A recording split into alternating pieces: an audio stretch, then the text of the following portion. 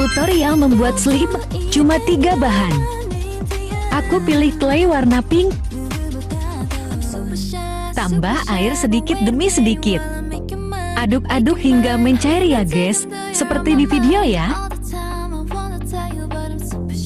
Lalu kasih foam atau sabun mandi sedikit aja. Aduk lagi sampai jadi tekstur yang diinginkan. Nah, udah jadi guys, lembut banget. Kemudian simpan di tempat yang tertutup ya.